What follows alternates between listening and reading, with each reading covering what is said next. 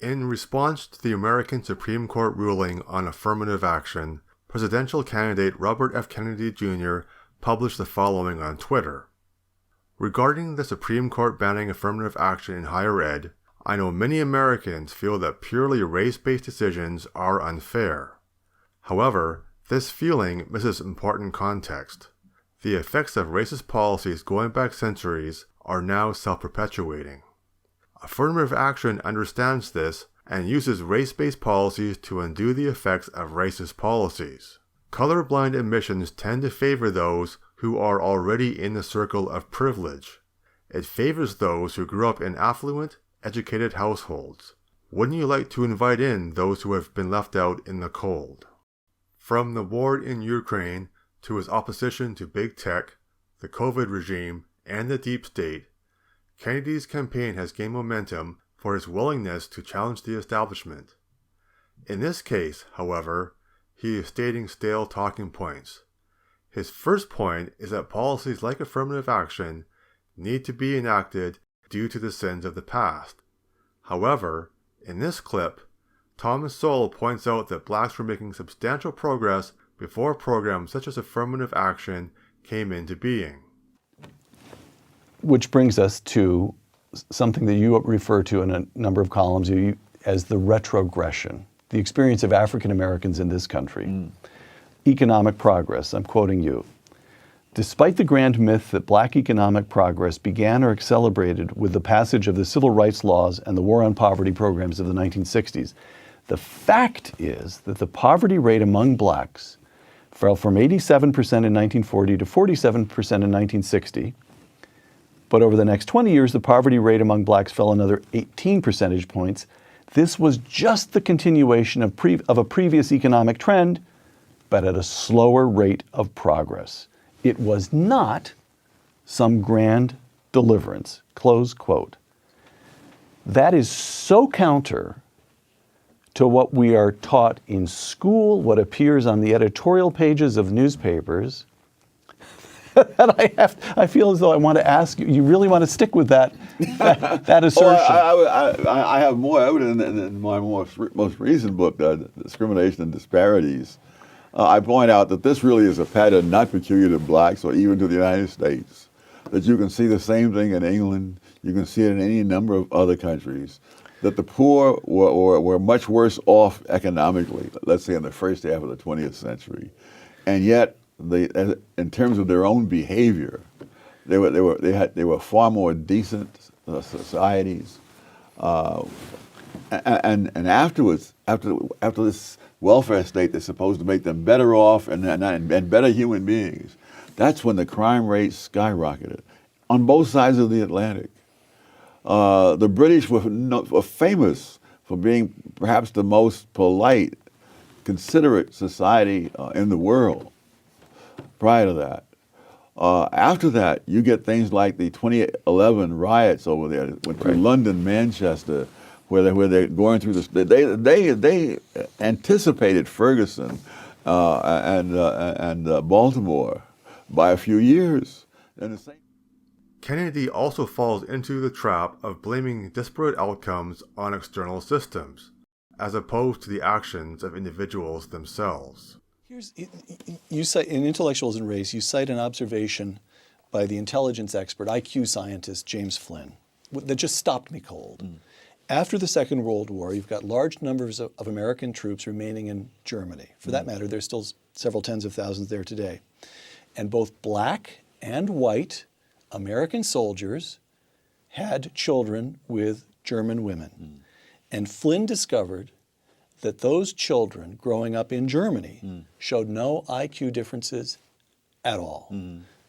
The black kids and the white kids, the same. Quoting Intellectuals and Race, Professor Flynn concluded that the reason was that the offspring of black soldiers in Germany, and now you're quoting Professor Flynn, grew up in a nation with no black subculture, close quote. Which means what? Which means they experienced exactly the same expectations. Is this No. The expectations are external. The culture in which they grew up was not the culture in which black kids grew up in America today. So they had. There's no gangster rap that was pervasively available in Germany. So here's what I'm getting. There is something about black subculture in America today that holds African Americans themselves back? Yes. In fact, I went into this in a previous book on which about black rednecks and white liberals, because that same subculture. Let's talk about two of your books here.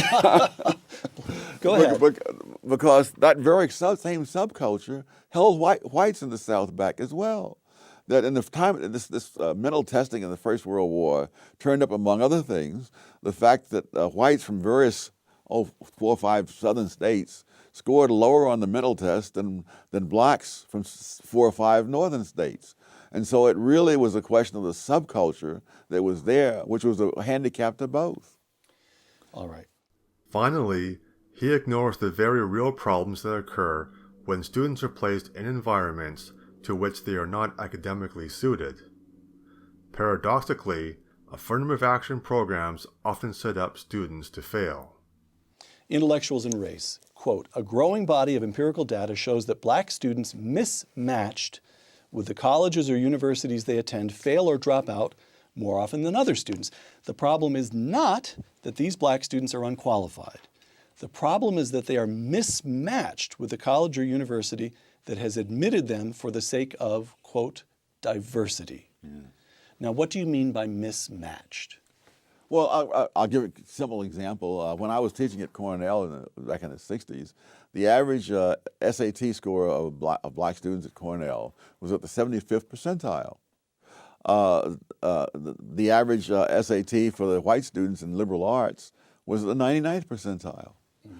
We all taught to the students who were at the 99th percentile. Students who were at the 75th percentile had a hard time trying to keep up. They didn't have the reading speed, they didn't have the mathematical facility, and so on. Had these very same students gone to some place where the other students were at the 75th percentile, they'd have had no problem. Half the black students at Cornell at that time were on academic probation.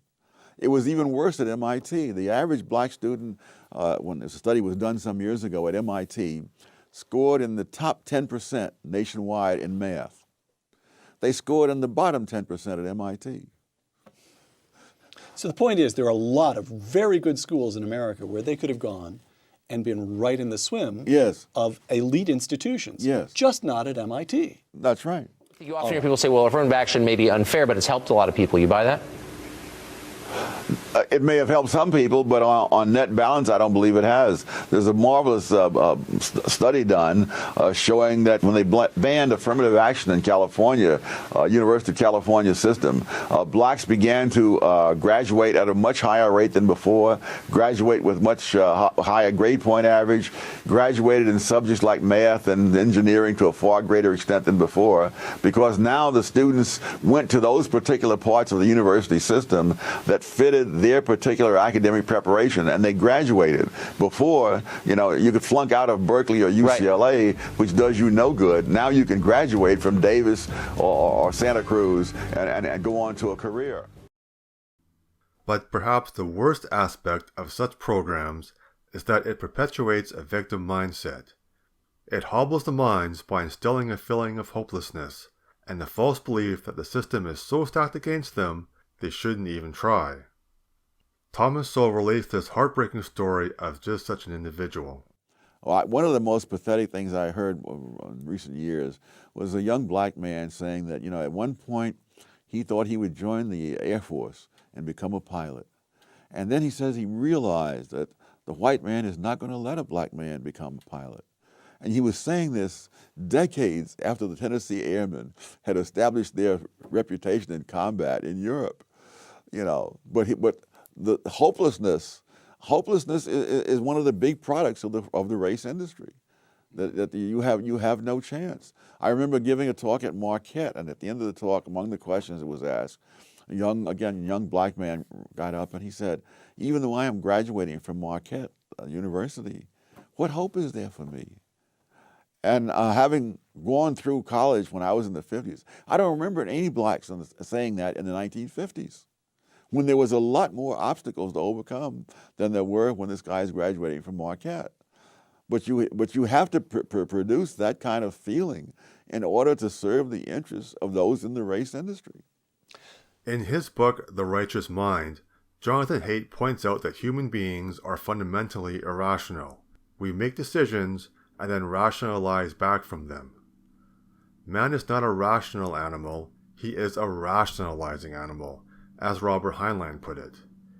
Instinctively, left liberals like RFKjr prefer to blame systems for failings rather than individuals. It is this irrational nature that has also been on full display for the past 3 years during the COVID regime. If you felt that the world was taken over by the invasion of the body snatchers, you are not alone. I am currently working on a book that explores the COVID regime era through this lens. If this interests you, sign up for my newsletter below, and I'll also send you my free ebook, Lockdown Lunacy, which debunks the justifications for this disastrous policy. Thank you for watching and have a great day.